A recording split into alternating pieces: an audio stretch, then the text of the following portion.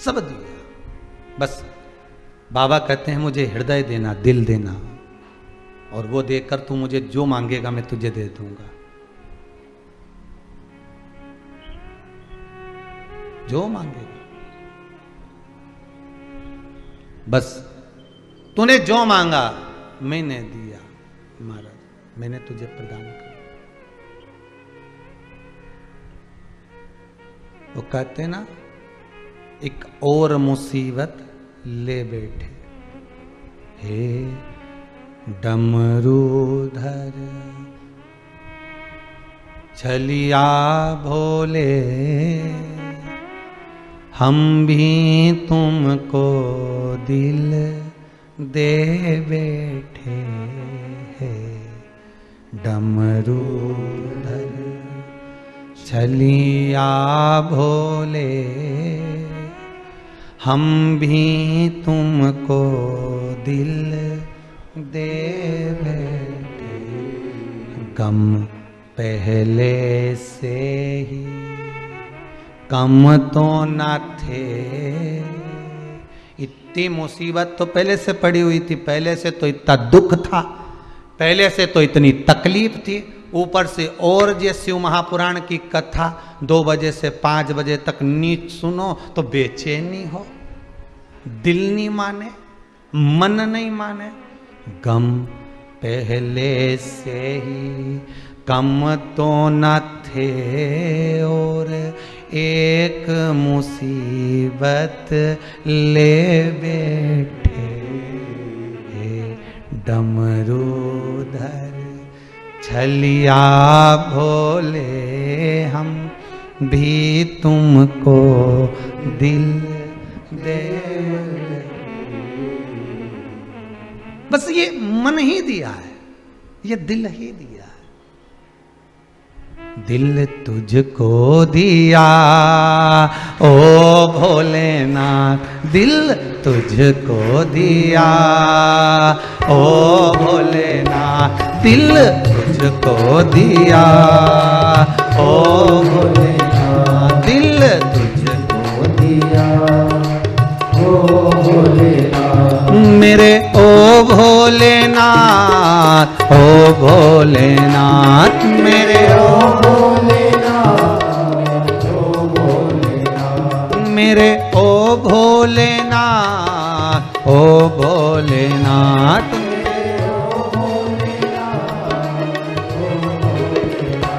दिल तुझको दिया ओ भोलेनाथ, दिल तुझको दिया ओ भोलेनाथ। ये क्या कर दिया ओ भोलेनाथ, ये क्या कर दिया ओ भोलेनाथ।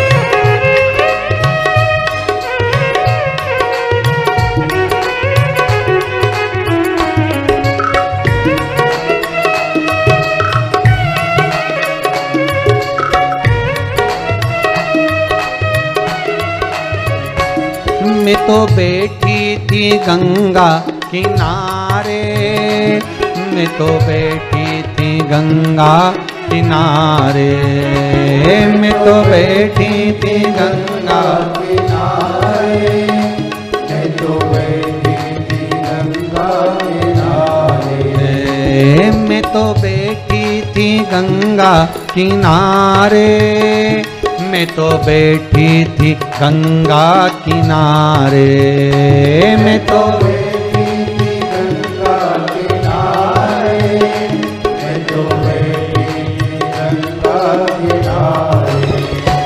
आके दर्शन दिया ओ भोलेनाथ, आके दर्शन दिया ओ भोलेनाथ, दिल तुझको दिया ओ भोलेनाथ, दिल तुझको दिया ओ भोलेनाथ। ये क्या कर दिया ओ भोलेनाथ, ये क्या कर दिया ओ भोलेनाथ, मेरे ओ भोलेनाथ, ओ भोलेनाथ, मेरे ओ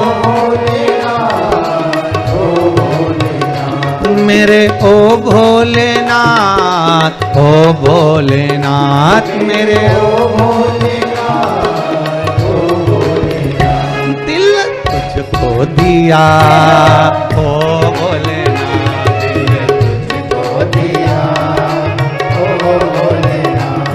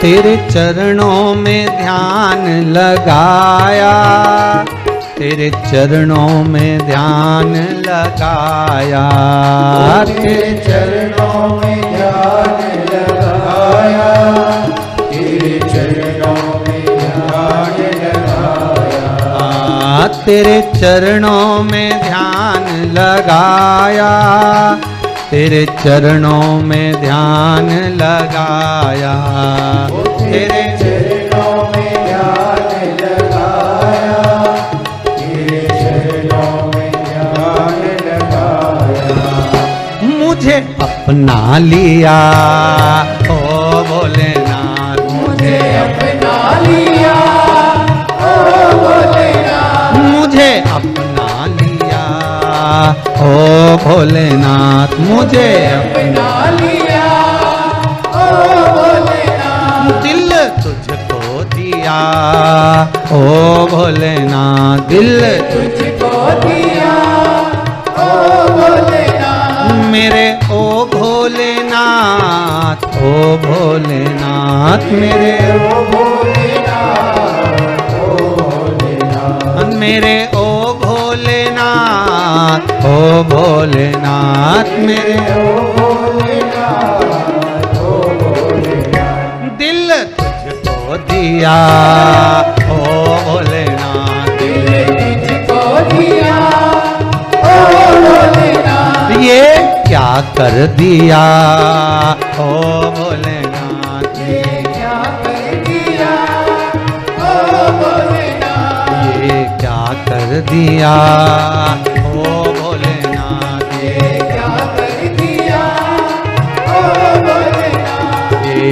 क्या कर दिया ओ भोलेनाथ, ये क्या कर दिया ओ भोलेनाथ। हृदय दे दो उसको, दिल परमात्मा को दो।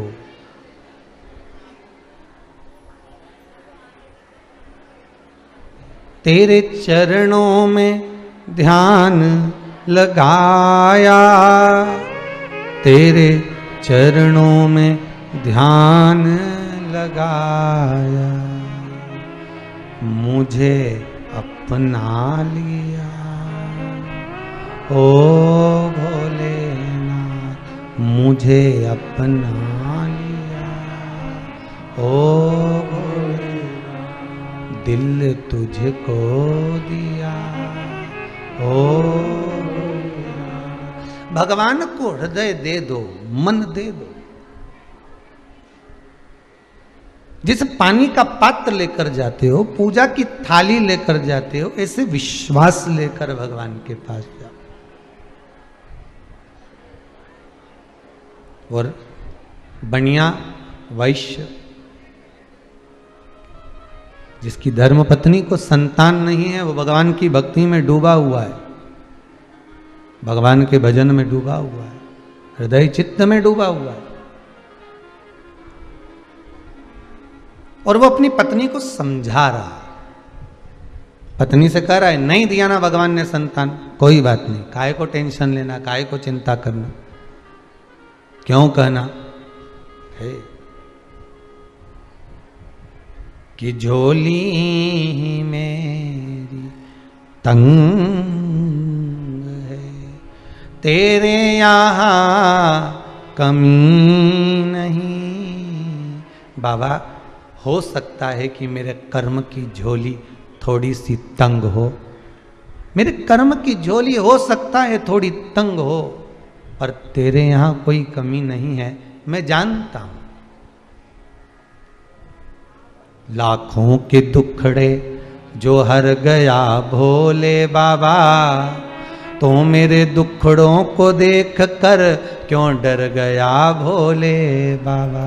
अगर सारे दुनिया के दुखड़े तूने हरे हैं, सबको लाभ मिला है, सबको फल मिला है, सबको कुछ ना कुछ दिया है, तो मैंने कौन सा ऐसा पाप किया? जन्म तूने दिया, मृत्यु तू देगा, पालन तू करेगा, पेट तू भरेगा। मैंने शिव पुराण में सुना है सब कुछ तू करता है, तो दुखड़े भी तू ही हरेगा, और कौन हरने वाला है? वैश्य ने अपनी पत्नी से कहा तुम चिंता मत करो, छोड़ दो उसका। अब पत्नी गई किसी जगह पर, वही बीच वाले, पत्नी गई किसी के यहां और जाकर पूछी है कि साहब संतान नहीं हो रही है, उसके लिए क्या करना चाहिए? तो कहीं के ने कह दिया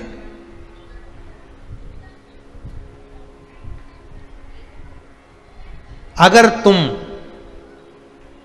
किसी एक बच्चे की बलि दोगी तो फिर तुम्हारे घर में संतान होगी। अब पत्नी ने पति को कहा मैंने पूछा है, अभी ऐसा चल रहा है, जब दुख की घड़ी आती है ना, तकलीफ आती है मनुष्य को, तो वो 10 जगह जाकर पूछते हैं अभी तकलीफ बहुत सारी है, तो 10 जगह जाएंगे, साहब पत्रिका देखो, साहब ये देखो, साहब कौन सा नक, कौन सी बीठी, कौन सा काम क्या करें, तो 10 जगह पूछोगे, 10 जगह पर जाओगे।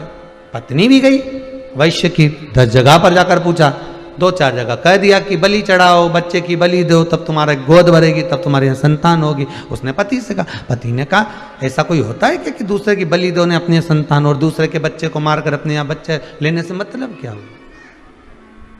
छोड़ दे, तू समाप्त कर ये बात। भगवान देगा तो दे देगा, नहीं देगा तो नहीं देगा। भगवान को जो देना होगा देगा, कुछ कारण होगा, कोई तो कारण हो सकता है कि एक झोली में फूल भरे हैं, एक झोली में कांटे, और तेरे बस में कुछ भी नहीं, वो बांटने वाला बांटे। कोई कारण हो सकता है। किसी कारण से व्यक्ति को नींद नहीं आती, रिटर्न बटन, किसी कारण से व्यक्ति को नींद नहीं आती, किसी कारण से व्यक्ति जाग जाता है कि धन का बिस्तर मिल जाए पर नींद को तरसे नैन। अरे धन का बिस्तर मिल जाए पर नींद को तरसे नैन, और कांटों पर भी सोकर आए, अरे कांटों पर भी सोकर आए, किसी के मन को चैन अरे कोई कारण होगा, अरे कोई कारण होगा। नाग भी डस ले तो मिल जाए किसी को जीवन दान। एक्सीडेंट इतना बड़ा हुआ, बच गया। ऊपर से गिरा, बच गया। पानी में डूबा, बच गया। कोरोना महामारी हो गई, 90% शरीर बेकार, तो भी बच गया। सांप भी डस ले तो मिल जाए किसी को जीवन दान। और एक चींटी के काटे से थोड़ी सी देर का बुखार आया, निमोनिया बिगड़ी गया, निपटी गया। बताओ, कोरोना में बच गया, निमोनिया से निपटी गया। कहीं नहीं हुआ था साहब, बुखार आया था मात, कहीं नहीं हुआ। रात के केवल मक्का की रोटी खाई थी, वही कहीं नहीं। बस बस जरा सा कुछ हुआ है, जरा सा। अंदर मुंह में बहुत तेज घाव हो गया। कैसे हो गया? मैंने कहीं नहीं खाया, कुछ नहीं खाऊं मैं तो, आड़ी टेढ़ी तो कहीं खाऊं नहीं। ये तुम्हारी सुपारी ने ये सब सामान तो मैं खाऊं नहीं, फिर ना जाने मुंह में घाव कैसे हो गया, समझ में नहीं आ रहा। कुछ तो खाया होगा, ऐसे कैसे हो गया? तब मालूम पड़ा 15 दिन पहले चना खा रही थी, और चना जो था यहां भर गई, और जल्दी जल्दी सहेली से फोन पे बात करने के चक्कर में गाल को दमोच गई दांत से। अब वो दांत से दमोचा, वो बार बार वो कटा हुआ मुंह के अंदर आए, फिर कटा हुआ मुंह के अंदर आए, फिर कटा हुआ मुंह के अंदर आए, घाव होता चले गए। अब डॉक्टर के पास गई, सर बता दो क्या परेशानी? कहीं नहीं, ऐसे तो कोई प्रॉब्लम नहीं, पर चना अब मत खाना, अभी जो खाया अब मत खाना। नहीं खाऊंगी, आज के बाद हाथ नहीं लगाऊंगी, उसकी जगह मूंगफली का दाना सेक के खा जाऊंगी। तो मतलब तो एक ही दिया। अब सांप भी डस ले तो भाई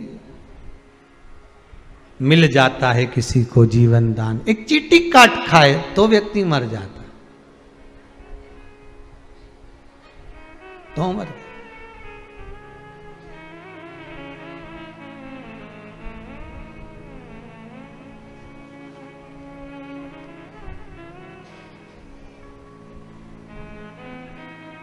एक इंदौर की घटना है, हो गए होंगे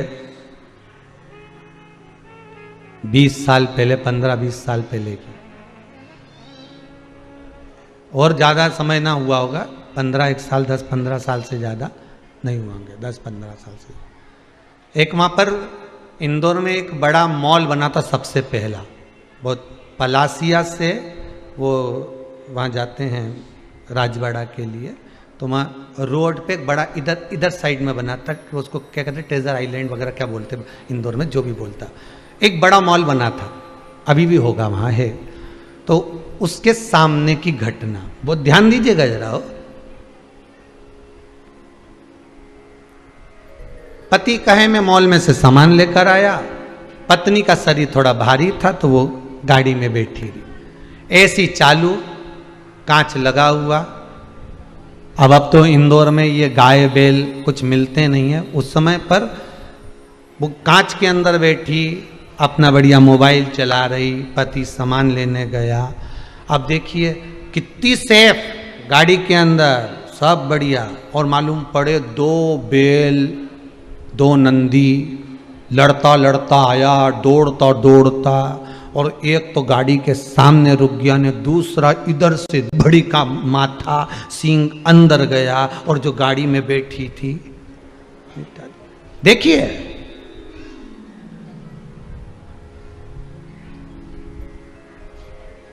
मृत्यु का कोई ठिकाना नहीं। समय, घड़ी, पल, क्षण सब निश्चित है। आपके अच्छे समय का भी कोई आएगा समय, घड़ी पल भगवान लिखा है, दुख टालने का भी समय भगवान लिख कर रखा है। हमारे यहां सीधी सीधी भाषा में कहते हैं घोड़े के भी दिन फिर जाते हैं। घोड़ा मतलब कचरा घर, कचरे घर के भी दिन फिर जाते हैं। जहां लोग कचरा फेंकते थे वहां पे बिल्डिंग बन जाती है। कुछ सालों बाद बिल्डिंग बन गई, तो तो जब वो जहां कचरा फेंकते थे वहां मकान बन गया, बिल्डिंग बन गई। जिस प्लांट में तुम्हारा गंदा पानी जाता था वहां मकान बन गया, इतना जोरदार बना। तुम्हारे अड़ोस पड़ोस में देखो क्या जोरदार बन गया। तो जहां कचरा फेंकते थे, झाड़ू लगा के सारा सामान फेंक के आते थे, नहीं सारा कचरा में पड़ा रहता ना, वहां जोरदार बंगला बन सकता है। तो अपने हृदय में, अपनी चित्तवृत्ति में, अपने दिल में ये बात उतार कर रखना कि कितना भी दुनिया कचरा पटक दे और कितना भी दुख मिल जाए, एक ना एक दिन बंगला तो बन ही जाएगा, यह पक्का है। घोड़े के भी दिन फेर देता है वो देव अधिदेव महादेव। दुनिया कचरा फेंक रही है, उस प्लांट का भी दिन फिर जाता है, बंगला बन जाता है, उसकी भी कीमत बढ़ जाती है एक दिन। तो उसने तुम्हें पैदा करा है, उसने जन्म तुम्हें दिया है, माता के गर्भ से तुम पैदा हुए हो और उस परमात्मा ने तुमको जन्म दिया है। तो क्या तुम्हें ऐसे ही छोड़ देगा? दिन तो तुम्हारे भी फेरेगा रे।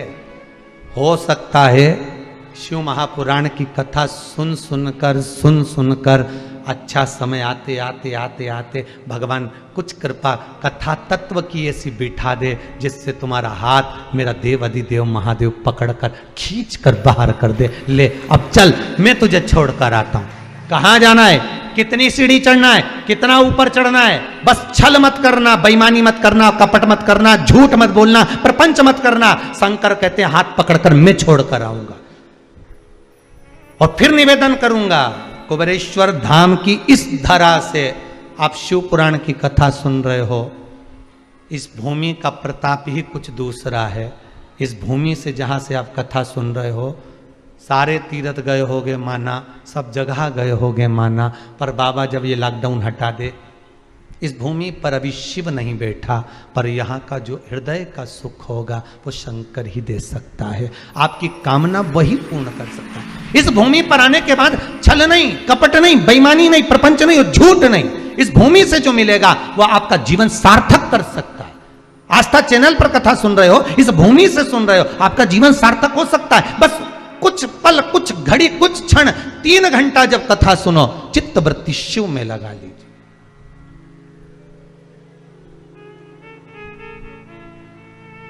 लगना चाहिए आपको कि शंकर आपके सामने खड़ा हुआ है, त्रिशूल लेकर, डमरू लेकर। कभी कभी आपको महसूस होना चाहिए आज पार्वती और शंकर कहीं घूमने जा रहे हैं, ऐसा लग रहा है। आज मैं जब यहां पहुंची, जब मेरा चित्तवृत्ति यहां लगा, ऐसा लगा कि शंकर यहां बसता है। भले शंकर नहीं बैठा, उसका कंकर शंकर है।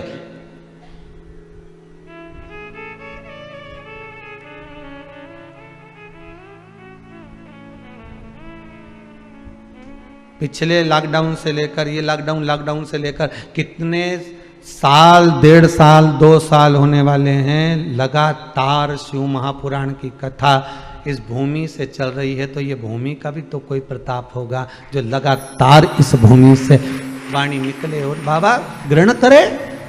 कुछ तो दे रहा होगा शिव, कुछ तो प्रदान कर रहा होगा शंकर। दिल दीजिए, भगवान को कुछ नहीं चाहिए तुमसे। तुम्हारे ये फूल ने, माला ने, सब धरी की धरी रह जाए, कई मतलब कि हम तो सीधी सीधी बात कहें न, 50 रुपए की माला लेके आओ, थोड़ी देर महाराज जी के पिनाओ ने, पंडित जी तो 2 मिनट नहीं पहने बापड़ा और यूं बस पिनाई ने उतार दी न। 50 रुपए सब धरा की धरा उधर पड़ा हो, वो पड़ी कोना में, और 50 रुपए की माला माँ धरी। तो आपसे निवेदन है 50 रुपए की माला की जगह 50 रत्ती का दिल तुम शंकर को दे दो। रुपया मत लगाना, दिल लगाना। रखिए माला, क्या करें माला का? गणेश मंदिर जाऊंगी, 15 रुपए का नारियल लेके जाऊंगी, गणेश जी प्रसन्न हो जाएगा। नारियल की जगह दिल तो ले जा। अब दिल चप्पल में छोड़ के जा रही है, नारियल लेके अंदर जा रही है। बोलो सही है कि गलत है? दिल चप्पल में छोड़ गई। तुम देखना हो, अपने काम करें, पहले तुम यहाँ रह जाओ, तुम चप्पल देख लीजिए, फिर हम दर्शन करके जाए, फिर तुम चली जाना, हम चप्पल देख लेंगे। तो नारियल काय को ले गई? बस सियोर वाला महाराज यही बुरा बोले और लोगों को लगे कि सियोर वाला महाराज बुरा बोले। तो सीधी सीधी बात है, नारियल तो लेके अंदर जा रही है और दिल चप्पल में छोड़ जा रही है। फिर भगवान से कहे कि मेरी मनोकामना पूरी नहीं हो रही, मैंने तो उल्टा सातिया बनाया। तो भगवान गणेश जी बोले सीधा कर दे, कहीं नहीं होने वाला, चप्पल में दिल छोड़ के आई थी। उल्टा साथिया बनाने की भी जरूरत नहीं थी तेरे को, तो तू अगर दिल यहां लेके आती तो नारियल नहीं भी लाती चल जाता, पर दिल तो लाती।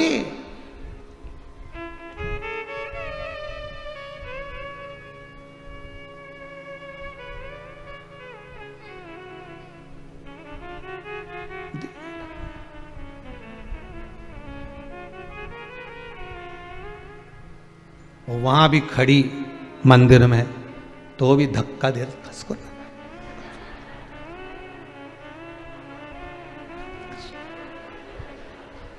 इधर हो जा, इधर देखिए।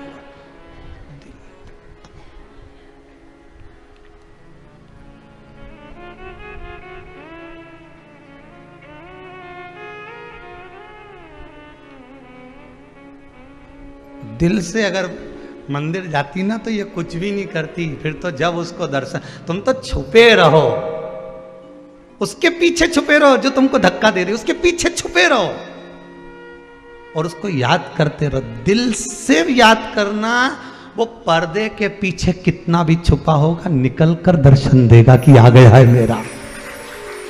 तो वो एक भजन की लाइन कि पर्दे के पीछे, क्या है वो, पर्दे में बैठे बैठे यूं न मुस्कुराइए,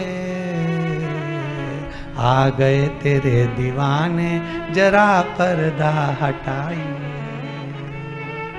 आ गए तेरे दीवाने जरा पर्दा हटाइए। पर्दा नहीं कबूल हमें, ऐसे ही है कुछ, जाने दो।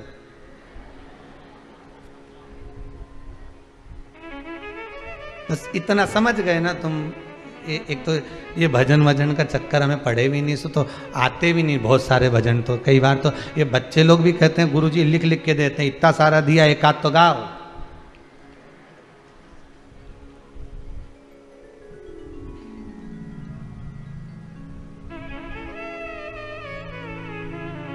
कभी कभी ये वायलिन बजाता बजाता भी उंगली दिखा देता, एक रह गया है। चित्त करे।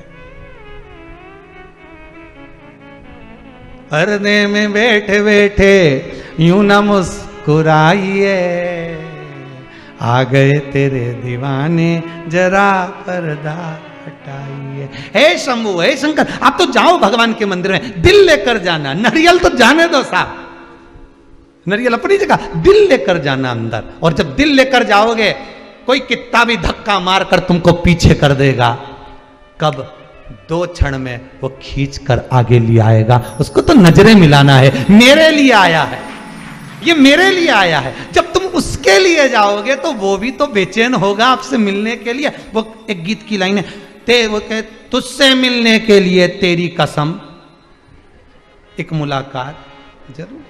जितना तुम तड़पोगे परमात्मा से मिलने के लिए, उतना वो भी तड़पेगा अपना कैलाश छोड़ने के लिए। आएगा तुम्हारे सामने आ जाएगा कि मेरे लिए आया है, पर तुम उसके लिए जाना हो।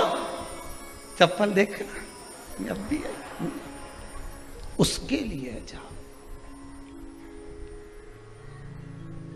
भगवान कहते हैं ना, मंदिर को छोड़ चलाऊंगा कोई दिल से पुकारे, काशी को छोड़ चलाऊंगा कोई दिल से ओ दिल से पुकारे कोई मन से, उज्जैनी को छोड़ चला कोई भैरू पुकारा तुम्हें, कमला पुकारी, सब पुकारी, मीरा पुकारी तुम्हें, करमा पुकारी, नामदेव पुकारे तुम्हें, तुकाराम पुकारे, भक्तों के लिए दौड़ा आऊंगा कोई दिल से। तुम पुकारो तो उसको मन से, दिल से, हृदय से। एक बार तुम बस ये मंदिर जाओ नहीं तो ये टेंशन छोड़ के जाओ, तुम्हारा दिल वहां मत लगा। आरती में खड़े हो और मन लगा के रखा है, मात पिता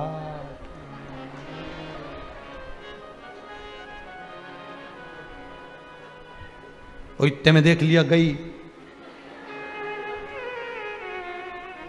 तो आरती में कह रही शरण गऊ में किसकी, अब अपनी तो चली गई, अब किसकी ले जाओ। भगवान भी कह रहे आरती में खड़ी है, माता जी की आरती उतर रही, ने भगवान की आरती उतर रही, अब यहां ध्यान करे कि वहां ध्यान करे।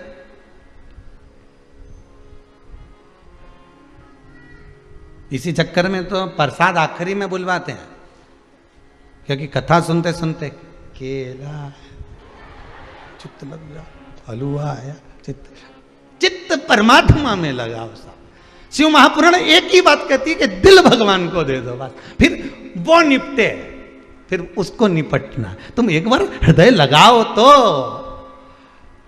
मोबाइल भी वही देगा और बैलेंस भी वही डलवाएगा। एक बार चित्त तो लगाओ उस परमात्मा से, सब कुछ कर देगा।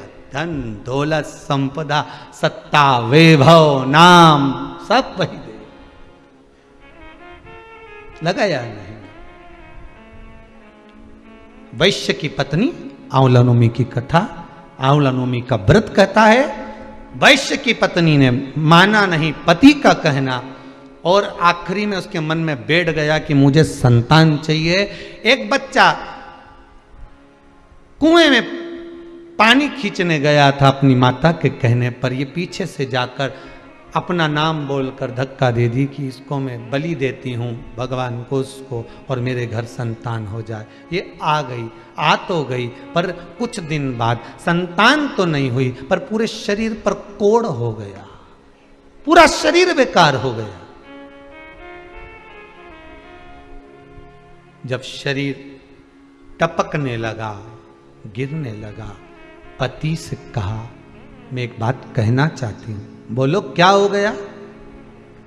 जीवन में अगर दुख आए, तकलीफ आए, कष्ट आए, तो तुमने पूर्व में जो पाप कर्म करा है उसका प्रायश्चित करिए। भगवान के मंदिर में जाकर, शंकर के मंदिर में जाकर निवेदन करिए, प्रायश्चित।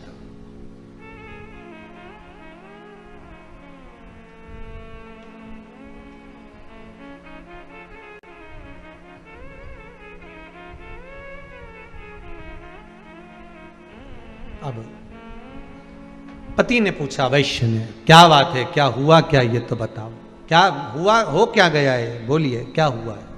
बात इतनी सी है, आपने तो मना करा था, पर मैंने एक बच्चे की बलि दे दी थी, इसलिए मेरे शरीर में ये रोग हो गया। मुझे ऐसा लगता है, मुझे ऐसा महसूस हो रहा है।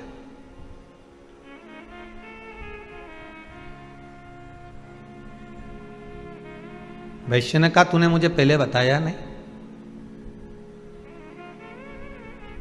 झूठ बोल रहे हो, छल कर रहे हो, प्रपंच कर रहे हो, कोई बात छुपा रहे हो, उसमें किसी की हानि नहीं, हानि अपनी है कि तुम अपनी जिंदगी में अपने पांव पर कुल्हाड़ी मार रहे हो, किसी दूसरे का कुछ नहीं होगा। पांव अपना काट रहे हो, कुल्हाड़ी अपने ऊपर मार रहे हो, जिंदगी पर मार रहे हो, बर्बादी के कदम तुम बढ़ा रहे हो, बिगड़ेगा कुछ नहीं।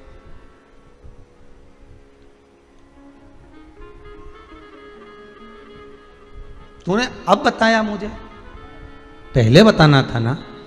जब व्यक्ति को दुख आता है ना, तब कहता मैंने वो छुपाया था, मैंने झूठ बोला था, मैंने वो छल करा था, मैंने छुपा कर बैठा था, तब कहता है जब दुख आता है तब। वैश्य ने कहा ये बात मुझे पहले कहती तो मैं प्रायश्चित करवा देते।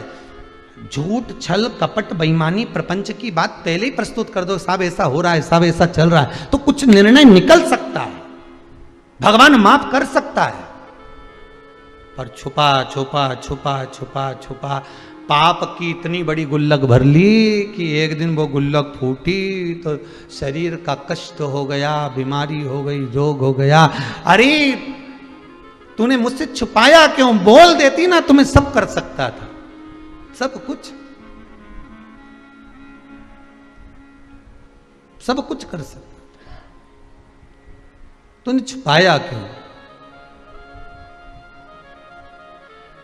गलती हो गई, अब छुपा तो लिया, गलती भी हो गई, इसका प्रायश्चित तो कोई संत सदगुरु ही बता सकता है। गई, अकेली चली गई गंगा के घाट पर, गंगा मैया के तट पर बैठ गई और तट पर बैठकर गंगा जी का स्मरण करने लगी, मां मैं पापी हूं, मेरा पाप धो दे दो। अपने पुत्र की कामना के लिए मैंने किसी की बलि दे दी।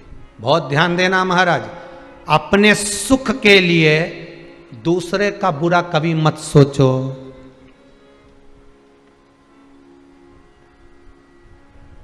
मैं इसको मूर्ख बना दूंगा, 2-4 लाख ले लूंगा, थोड़ा सा पैसा हाथ में आया छू, आपने उसको मूर्ख बना दिया, आपने उसको बेवकूफ बना दिया।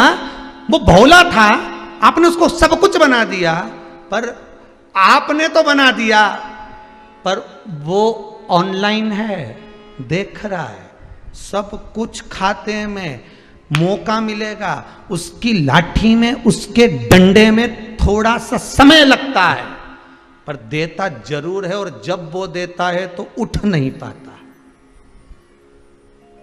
उठ नहीं पाएगा। तेरे दरबार की बाबा निराली शान देखी है, तुझे देते नहीं देखा, पर झोली भरी वो देगा।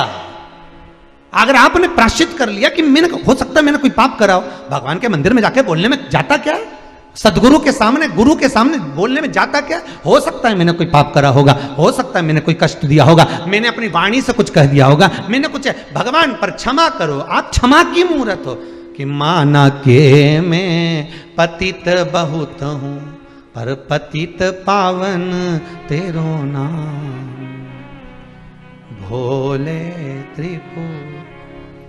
हम पतित हैं तो तुम पतित पावन भी तो। हमने पाप किया पर आप तो धो सकते हो। वो वेश्या की पत्नी गंगा जी से कहती है मैंने बहुत पाप किया है, क्षमा करो मां, क्षमा करो, क्षमा करो मां। गंगा के जल में नहाती नहीं, बैठी रही घाट पर। वो वेश्या की पत्नी गंगा के घाट पर बैठी, पर गंगा को नहाया नहीं, गंगा का आचमन नहीं करा, बस सामने बैठकर रोज रोती है, प्रार्थना करती है, मस्तक रगड़ती है, मां क्षमा करो। गंगा एक स्त्री का रूप लेकर सामने प्रकट हो गई, हाथ में कमल का पुष्प था, लेकर आई। गंगा जी ने उसको दिया, देकर कहा तुम कौन हो? मैं वैश्य की पत्नी, मेरे घर में संतान नहीं थी, तो मैंने दूसरे के कहने पर, उन्होंने कहा था बलि देना पड़ेगी, मैंने बलि दे दी एक दूसरे के पुत्र की, और मेरा शरीर ऐसा हो गया। फिर कहूंगा अपने सुख के लिए दूसरे को दुख मत दो। किसी ने कह दिया तुम्हारा घर बांध दिया है, किसी ने कोई घूम घूम के बोल दिया, तेरे ऊपर टोना कर दिया, तेरे ऊपर ये कर दिया, उसको याद आया 15 दिन पहले मेरी जेठानी से लड़ाई हुई होगी, उसी ने करा होगा। गुरुजी कुछ ऐसा कर दो कि उसका मुंह ही बंद हो जाए। अब गुरुजी से कहो तो वो गुरुजी अपनी धर्मपत्नी का तो मुंह बंद नहीं कर पा रहे हैं, और क्या उसका मुंह बंद कर दो। भगवान वाणी में कब तक रहता है? जब तक सबका हित होता है। वाणी पर जब दूसरे के अहित की बात आती है, किसी के शरीर में देवी देवता आते हैं ना, वो सत्य सत्य बोलेंगे तो चलेगा, दूसरे का भला करेंगे चलेगा, पर जब दूसरे का बुरा करने लगते हैं तो देवता भी वहां से ओझल हो जाता है, उसके शरीर से, उसके मुख से, उसकी वाणी से चला जाता है।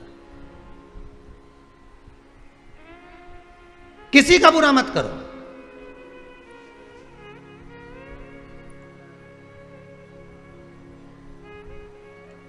वो एक कथा है ना, शंकर जी के मंदिर में चोरी करने गया ना, उसको एक घंटा मिल गया, और घंटा लेकर आया, और भगवान ने कहा तू जितना मांगेगा इससे दुगना तेरे पड़ोसी के यहां जाएगा।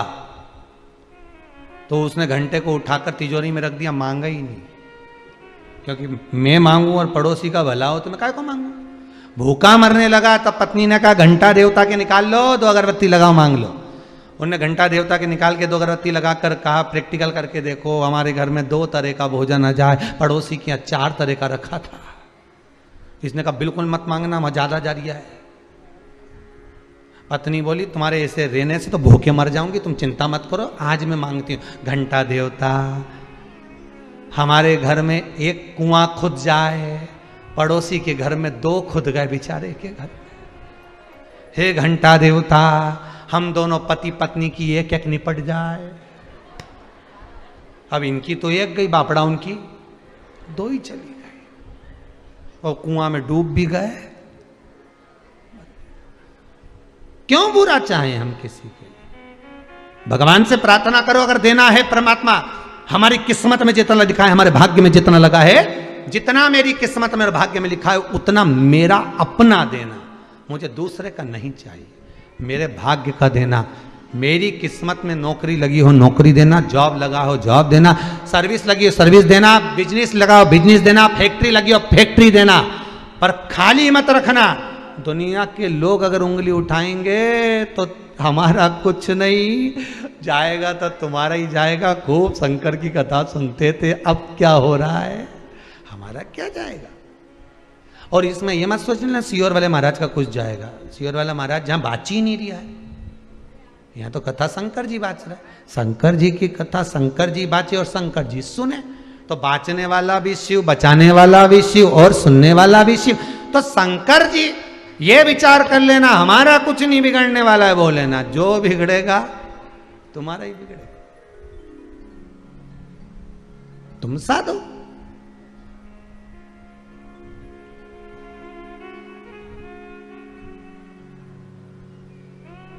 दर से अगर लौटूंगा यूं खाली, तो दुनिया उंगली तुम पर उठाए, हमारा क्या जानने वाला।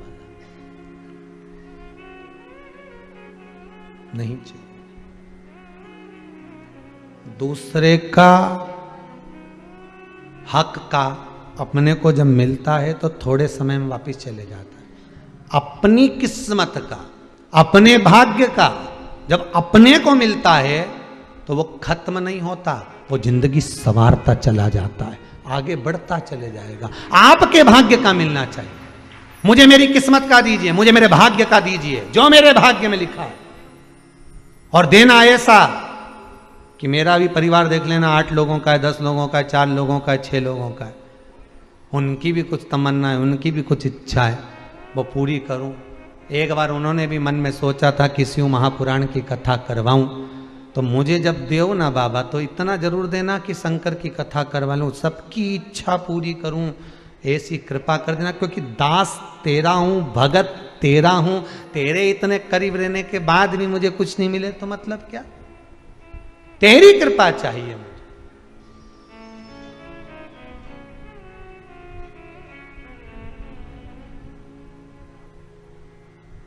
बस तेरी दया चाहिए। तूने गलती कर दी, गंगा जी बोली तुमने गलती करी है, तुम माना तुम क्षमा मांग रही, पर गलती करी है तुमने, मां अब तो क्षमा कर दो। गंगा जी ने कहा, आंवला नवमी की कथा है, कार्तिक का महीना में जब शुक्ल पक्ष में नवमी तिथि आएगी, तब तू आंवले के वृक्ष के नीचे बैठकर आंवले के वृक्ष में दूध का सींचन कर देना। क्या चढ़ा देना? दूध। जिस व्यक्ति को रोग सताता ही रहता है, सताता ही रहता है, बीमारी आती रहती है, जा ही नहीं रही होती है, तो उसको कुछ नहीं करना चाहिए।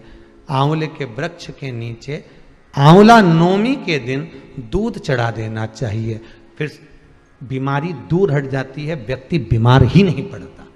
जिसको निमोनिया हो, श्वास की बीमारी हो, दमे की बीमारी हो, किडनी और लीवर से जुड़ी हुई बीमारी हो, उसके लिए सबसे अच्छी चीज है हमारा, चलने में हापड़ी भरा जाए, चलने में दम भरा जाए, तो आप आंवले के वृक्ष के नीचे दूध चढ़ाओ आंवला नवमी के दिन, काया ठीक होती है। तू जा, तू ये कर लेना। आंवले के वृक्ष के नीचे बैठकर जब तू आंवले पर दूध चढ़ाकर पूजन करेगी, और उसी आंवला के वृक्ष के नीचे बैठकर जब तू अन्न का भाग ग्रहण करेगी, तब तेरा मुख में निवाला जाते ही वो औषधि का काम करेगा और तेरे शरीर की काया ठीक हो जाएगी। उस वैश्य की धर्म पत्नी ने हाथ जोड़ लिए गंगा मैया के माँ में जाती, आंवला नवमी के दिन पहुंच गई आंवले के वृक्ष के नीचे, पूजन करी, अर्चना करी, दूध का सींचन करा, थोड़ा सा भाग मुख में लिया, वो निवाला अमृत बन गया और उसका काया ठीक हो गई, रोग मिट गया। इसलिए आंवला नवमी का उद्यापन करने वाली माताएं जब आंवला नवमी के व्रत का उद्यापन करती है तो आंवले के वृक्ष के नीचे ही ब्राह्मण ब्राह्मणी का भोजन कराया जाता है, घर के अंदर नहीं। घर के अंदर भोजन नहीं कराते। आंवला नवमी का अगर उद्यापन करना है, आंवला नवमी का अगर उजमना करना है, 5 माता 10 माताएं मिलकर अगर उजमना कर रही हैं, उद्यापन कर रही हैं, तो कहीं ऐसे जगह चले जाओ जहां आंवले का पेड़ लगा हो, आंवले का वृक्ष लगा हो, आसपास में कहीं कुछ मंदिर देवालय हो, वहां पर भोजन बनवा लो। वहीं पर आंवले के वृक्ष के आसपास में ही कहीं वहीं पर ब्राह्मण ब्राह्मणी का भोजन कराकर चांदी का आंवला बनवाकर, चांदी का नहीं हो तो असली का जो आंवला होता है उसका दान दे देना चाहिए, पर करना चाहिए रोग मुक्ति के लिए, कार्य सिद्धि के लिए, लक्ष्मी के लिए आंवला का वृक्ष उत्तम माना गया। फिर आगे जो वर्णन किया है शिव महापुराण के अंतर्गत, व्रत शिव पुराण का जो व्याख्यान वर्णन श्रवण कर रहे हैं, वो भगवान से अगर मांगना सर्व जगत के सुख के लिए मांगो, सबके लिए।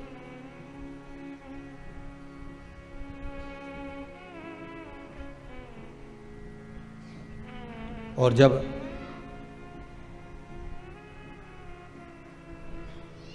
सर्व जगत के हित के लिए मांगोगे तो जीवन का सुख मिलेगा।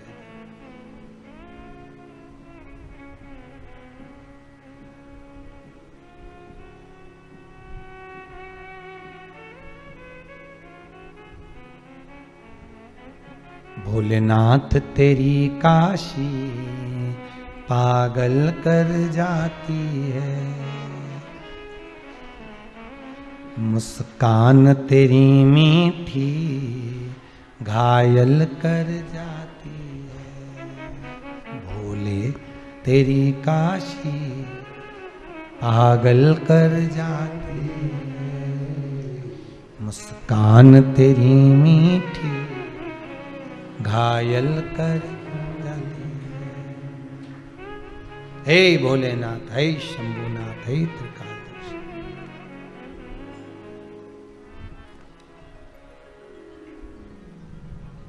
तेरी कृपा कुछ ऐसी है, तेरी दया कुछ ऐसी है। शंकर भोलेनाथ ओघड़दानी की कथा कर रही है। व्रत कार्तिक महत्तम कहता है, कार्तिक के महीने में सबसे बड़ा अगर व्रत का कोई नियम है तो केवल एक नियम सबसे बड़ा है, सुबह ब्रह्म मुहूर्त स्नान करना और दूसरा दीप लगाना, दिया प्रज्वलित करना, दीपक लगाना। दीप दान से बड़ा कार्तिक के महीने में कोई दान का वर्णन नहीं है जितना दीप दान का वर्णन कार्तिक महीने।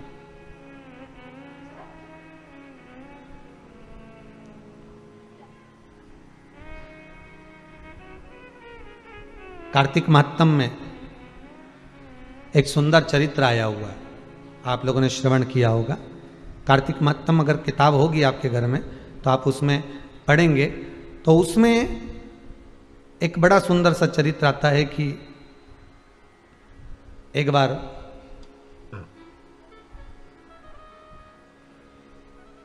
जलंधर को मारने के लिए भगवान शंकर पहुंचे थे, वृंदा के पति।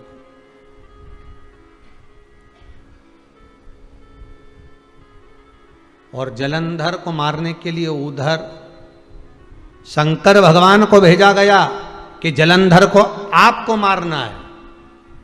शिव जी ने कहा ठीक है, पर इसकी वृंदा जो पत्नी है इसका सातित्व डिगेगा तब तो जलंधर मरेगा। वृंदा का सातित्व डिगाए तो क्या हुआ, उधर तो शंकर भगवान और जलंधर का युद्ध हो रहा था, इधर जो वृंदा सो रही थी इसको स्वप्न आ गया। और स्वप्न में क्या देखा वृंदा ने कि मेरे पति के शरीर पर तेल मला हुआ है बहुत सारा, मेरे पति के शरीर पर बहुत सारा तेल लगा हुआ है और वो भैंसे पर बैठकर जा रहा है। शिव पुराण कहती है जिसको शरीर पर तेल लगा हुआ दिख जाए तो समझ लेना सीताराम। अगर सपने में कोई तेल लगा हुआ दिखे ना तो समझ लो कि वो सीताराम होने वाला। भैंसे पे जाता हुआ नजर आए तो समझ लो ये बुरे सपने, ये कोई श्रेष्ठ सपने नहीं है। लोहे का मुकुट पहना हुआ दिखे, समझ लो बुरा सपना।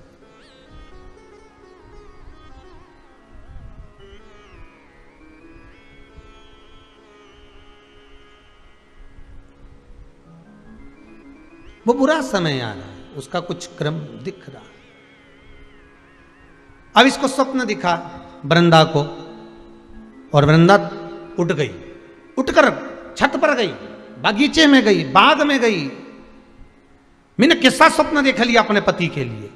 घबरा गई वृंदा, दौड़ी, बगीचे से दूसरे बगीचे में पहुंची, दूसरे बगीचे से वन में पहुंची, वन से दूसरे वन में पहुंची। कोई गुरु मिल जाए मुझको, मैं उससे पूछ लूं। एक मुनि बैठे थे, वहां पहुंच गई। जब मुनि के पास में पहुंच रही थी तो पीछे से दो राक्षस इसके पीछे पड़ गए, वृंदा के पीछे दो असुर पड़ गए, दो राक्षस इस वृंदा के पीछे पीछे पड़ गए। वृंदा घबरा कर मुनि के पास पहुंची। गुरुदेव गुरुदेव गुरुदेव उठिए। गुरुजी ने पूछा क्या हुआ, क्या कौन हो तुम? मैं वृंदा, जलंधर की पत्नी। हो धर्म पत्नी जलंधर की, ठीक है। क्या हो गया, क्यों चिल्ला रही हो, हुआ क्या ये तो बताओ। मैंने स्वप्न देखा था, मेरे पति के शरीर पर तेल लगा हुआ है, मेरा पति भैंसे पर बैठा हुआ है, मुझे लगता है मेरा पति जरूर कुछ दिक्कत में है। स्वामी आप अंतर्यामी हो, मेरे पीछे दो राक्षस आ रहे हैं, दो असुर आ रहे हैं। असुर आ रहे हैं? हाँ। मुनि ने हाथ में जल लिया, जहां से असुर आ रहे थे वहां फेंक दिया। फेंका तो वो दोनों असुर, दोनों राक्षस तो चले गए। वृंदा चरणों में पड़कर रोने लगी, नाथ आप जब इन राक्षसों को मार सकते हो तो मेरे पति का दर्शन करा दो, मेरा पति कैसा है बता दो।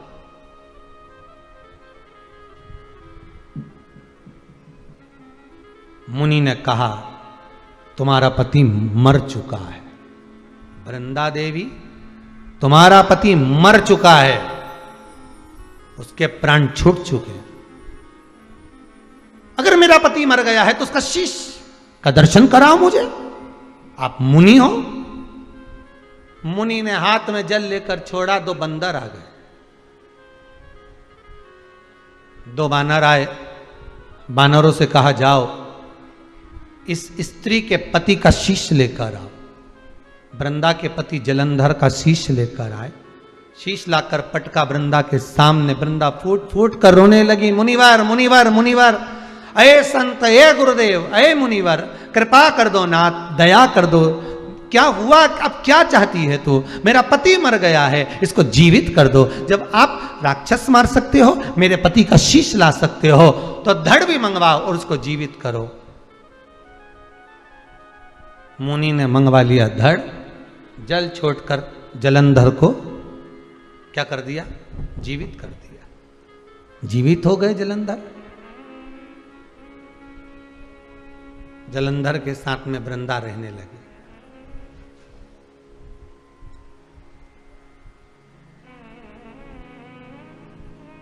पांच दिन तक वृंदा अपने घर नहीं गई, जलंधर के साथ वन में ही रह रही है। भगवान शिव ने भगवान विष्णु से कहा था इसका सात्वित्व बड़ा प्रबल है, सात्वित्व डिगेगा तब जलंधर मरेगा। और वृंदा 5 दिन से जलंधर के साथ में रह रही। सात्वित्व डिग गया। जलंधर को शिवजी ने मार दिया। कटा हुआ शीश वन में आकर गिरा उस वृंदा के सामने। रो पड़ी, ये क्या है? आप कौन हो जो मेरे साथ में रह रहे हो, मेरे अपने बनकर रह रहे हो? अभी कथा में कहा था दुख आता है ये दिखाने के लिए आता है कि अपनों में कितने गैर हैं और गैर में कितने अपने, ये दिखाने के लिए आता है। आप कौन? भगवान विष्णु ने अपना असली स्वरूप दिखाया, मैं हूं। मतलब मुनि भी आप बने थे, छल भी आपने ही करा, वो राक्षस भी आपके थे, बंदर भी आपके थे। वृंदा की आंख में आंसू भर गए। नाथ नारायण, बड़ी गजब कृपा करी है आपने मेरे ऊपर। मेरा सात्वित्व डिगाकर मेरे पति के प्राणों को हर लिया। मैं श्राप देती हूं नाथ, जैसे आपने मेरे साथ छल कर आप मृत्यु लोक में जब जाओगे, राम बनकर प्रकटोगे, तब सीता भी छली जाएगी। बंदर ने मेरे पति का शीश ला कर दिया है, सूचना भी बंदर ही ला कर देगा आपको।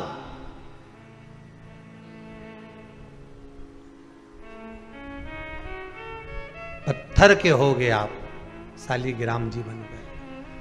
कार्तिक महत्तम की कथा कहती है, शालिग्राम भगवान के सामने, तुलसी जी के क्यारे के सामने, शिव मंदिर के सामने, नारायण मंदिर के सामने, रामकृष्ण मंदिर के सामने, नदी, तालाब, सरोवर, कुंड, बावड़ी, कुआं के पास में, तीर्थ में, कार्तिक महीने में जब दीप का दान किया जाता है, दिया जलाया जाता है, तो व्यक्ति कितना भी पाप कर्म करा होता है, सारे पाप से मुक्त होकर भगवान के धाम की ओर अग्रणी हो जाता है। कार्तिक का व्रत कैसे करना चाहिए? तो शास्त्र कहता है, चाहे आप फलहार से करो, चाहे आप भोजन से करो, जो आपकी चित्तवृत्ति, आपका शरीर बन जाए उसके अनुसार करना है। पर सबसे प्रबल नियम है आपका दीप का दान, सबसे प्रबल। ऐसा कार्तिक के महत्तम का वर्णन करते हुए, कार्तिक का उद्यापन घर के अंदर ही भगवान का सुंदर पूजन व्रत करते हुए, यज्ञादिक विद्वान ब्राह्मण को बुलाकर, कराकर, दक्षिणादिक, वस्त्रादिक देकर विदा करें, भोजन कराएं। इस तरह से करें। आगे जो शिव महापुराण में 12 ज्योतिर्लिंग का चरित्र कहा गया है, उसका स्मरण करते हैं। भगवान शिव औघड़दानी, त्रिकालदर्शी, कैलाशी, अविनाशी, भूत भावन भूतेश्वर, मेरे करुणा सागर शंकर का सुंदर चरित्र कहता है महाराज। भगवान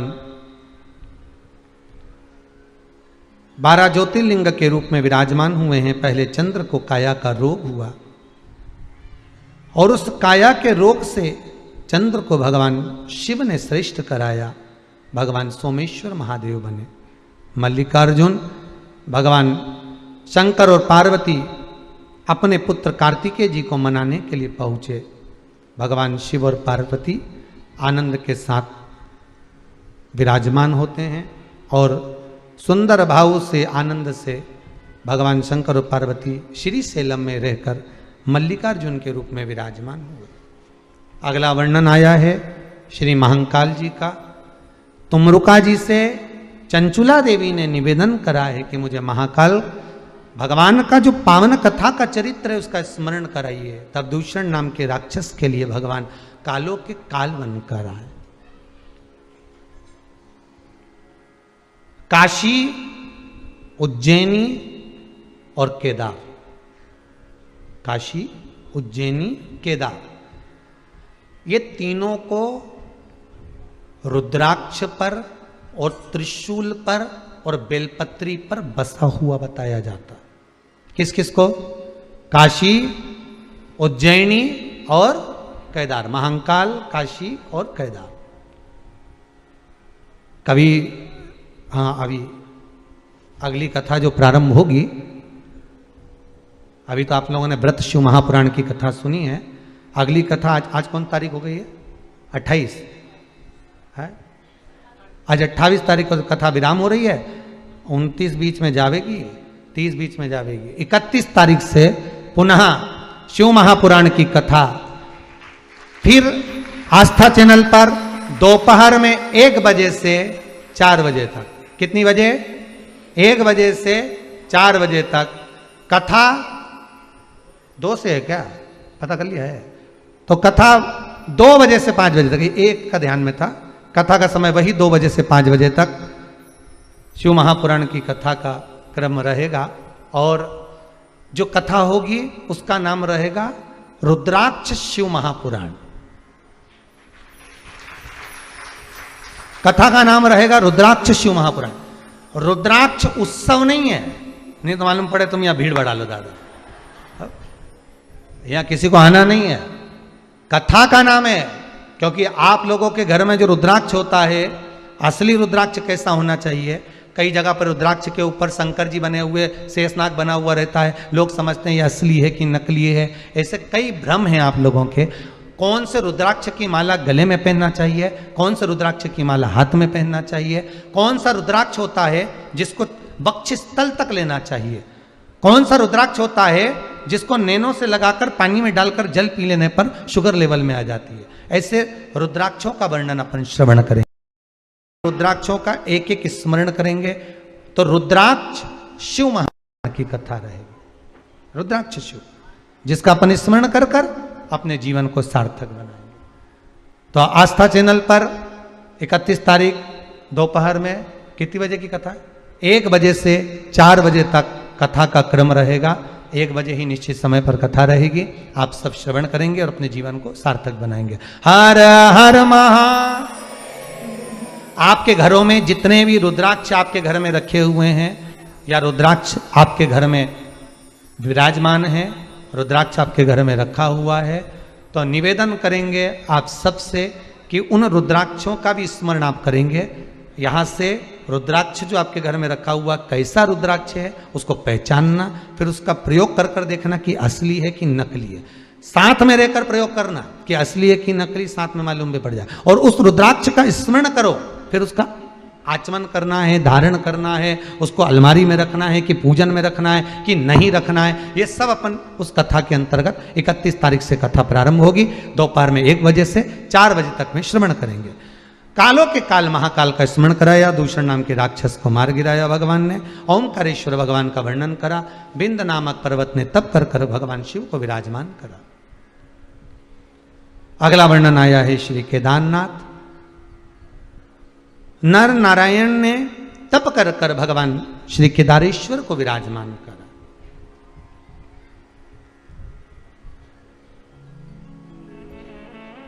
तप कर कर विराजमान।